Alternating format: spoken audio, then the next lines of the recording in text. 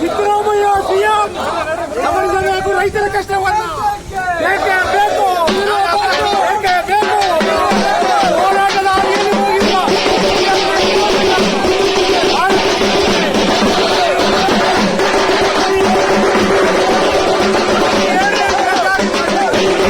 ತಾಯಂದರಿಗೆ ಮತ್ತು ಬಂಧುಗಳಿಗೆ ಮೊದಲನೇದಾಗಿ ನಾನು ನಮಸ್ಕಾರ ಮಾಡ್ತೀನಿ.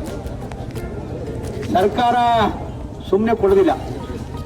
ಯಾವುದಾದ್ರು ಕೆಲಸ ಆಗಬೇಕಾದ್ರೆ ಆ ಭಾಗದಲ್ಲಿ ರಾಜಕೀಯ ನಾಯಕತ್ವ ಬಲಿಷ್ಠವಾಗಿದ್ದರೆ ಕೆಲಸಗಳಾಗ್ತವೆ. ಪ್ರತಿ ವರ್ಷ MLAಗಳು ನಮ್ಮ ಕ್ಷೇತ್ರಕ್ಕಿಂತ ಅನುದಾನ ಬೇಕು ಅಂತ ಪಟ್ಟಿ ಕೊಡ್ತಾರೆ. ಇನ್ಯಾವುದೋ ಒಂದು ಅನುದಾನ ಕೊಡಬೇಕು ಅಂದ್ರೆ ಇನ್ಯಾವ ಇವ್ರಿಗೆ ಸ್ಟ್ರಾಂಗ್ ಆಗಿರೋ MLA ಅಲ್ಲಿ ಬಂದ್ಬಿಟ್ರೆ ಅವ್ರು ಓಡೋಗ್ಬಿಡುತ್ತೆ. ಈಗ ಸರ್ಕಾರದ ದುಡ್ಡಿರಲ್ಲ.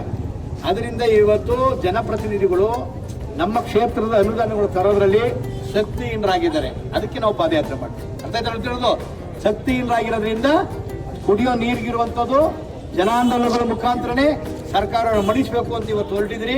ಇದಕ್ಕೆ ಗೆದ್ದೇ ಗೆಲ್ತೀರಿ, ಜಯ ಆಗುತ್ತೆ. ಈಗಾಗಲೇ ನಮ್ಮ ಮಂಡ್ಯ ಜಿಲ್ಲೆ ರೈತ ಸಂಘ, ರಾಮನಗರ ಜಿಲ್ಲಾ ರೈತ ಸಂಘ, ನೀವು ಪೂರ್ತಿ ಬೆಂಗಳೂರು ಬಿಡದಿ ದಾಟುವವರು ಕೂಡ ನೀವು ತಂಗಕ್ಕೆ ಊಟಕ್ಕೆ ಎಲ್ಲ ವ್ಯವಸ್ಥೆನೂ ಮಾಡಿದ್ದಾರೆ.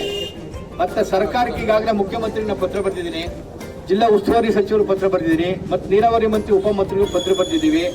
ಜೊತೆಗೆ ಪೊಲೀಸ್ ಕಮಿಷನರ್ಗೂ ಪತ್ರ ಬಟ್ಟು ನಾವು ಇಲ್ಲಿಂದ ಬಂದು 2ನೇ ತಾರೀಕು ಬಂದಿದ್ದೀವಿ ಅಂತ ಹೇಳಿದ್ವಿ. ರೂಟ್ ಎಲ್ಲ ಕೇಳ್ತಾ ಇದ್ದಾರೆ. ನಾವು ನಮ್ಮ ಕಾರ್ಯಾಧ್ಯಕ್ಷರಾದಂಥ ಮಹೇಶ್ ಪ್ರಭು, ಕೆಂಪುಗೌಡರು, ಹೊಸಕೋಟೆ ಬಸವರಾಜು, ಸಿದ್ದರಾಜು, ಇಡೀ ಚಾಮರಾಜನಗರ ಜಿಲ್ಲಾ ಸಮಿತಿನ ಜವಾಬ್ದಾರಿ ತಗೊಂಡು ಕೆಲಸ ಬಗ್ಗೆ ಚಳವಳಿ ಗೆಲ್ಲಿಸಲೇಬೇಕು ಅಂತ ಪ್ರಯತ್ನ ಮಾಡ್ತಾ ಇದೀವಿ. ಜೊತೆಗೆ ನೀವು ಮಂಡ್ಯಕ್ಕೆ ಹೋದಾಗ ಮಂಡ್ಯ ಜಿಲ್ಲೆಯ ನಮ್ಮ ರೈತ ಸಂಘದವ್ರು ಕೂಡ್ಕೋತಾರೆ, ರಾಮನಗರಕ್ಕೆ ಹೋದಾಗ ಅಲ್ಲಿ ಕೂಡ್ಕೋತಾರೆ. ಕೊನೇ ದಿನ ನಿಮ್ಮ ಜೊತೆಗೆ ಸುತ್ತಮುತ್ತಲ ಜಿಲ್ಲೆಗಳ ನಮ್ಮ ರೈತ ಸಂಘದ ಪ್ರತಿನಿಧಿಗಳು ಅವರು ಕೂಡ ಇದು ಒತ್ತಾಸೆ ನಿಲ್ಕೋತಾರೆ. ನಾವು ಹೋಗಂತೂ ಮಹೇಶ್ ಪ್ರಭು ಮಾತಾಡಿದ್ರು, ಪಾದಯಾತ್ರೆ ಹೊರಟ ಮೇಲೆ ಅನುದಾನ ಮಂಜೂರಾಗಿದೆ ಅಂತಂದ್ರೆ ನಾವು ಗೆಲ್ತೀವಿ, ಎಲ್ಲಿದ್ದೀವಿ ಅಲ್ಲಿ ಮೊಟುಗೊಳಿಸ್ತೀವಿ. ಇಲ್ಲಾಂದ್ರೆ ಮುಖ್ಯಮಂತ್ರಿ ಹತ್ರ ಬರಲೇಬೇಕಾಗತ್ತೆ, ಕೂರ್ಲೇಬೇಕಾಗತ್ತೆ. ಇದು ಕೊಡ್ಲೇಬೇಕು. ನೀರು ಹೋಗೋಣ ಎಲ್ಲರೂ.